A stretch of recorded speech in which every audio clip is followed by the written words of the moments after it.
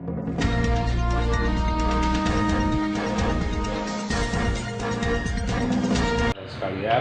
dalam rangka memang saat ini kita hampir beberapa hari lagi ke depan akan Lebaran, otomatis masyarakat ada yang mungkin bersilaturahmi ke rumah keluarganya walaupun di wilayah kota Palembang. Nah, sehingga dia meninggalkan rumah dalam kondisi yang kosong, kendaraan yang ada di dalam rumah itu juga tidak ada pengaman. Kami himbau kepada masyarakat seluruhnya untuk lebih berhati-hati, untuk lebih meningkatkan pengamanan terhadap propertinya masing-masing, mungkin rumah, mungkin kendaraan yang tinggal, agar dilakukan penguncian atau pengamanan yang double.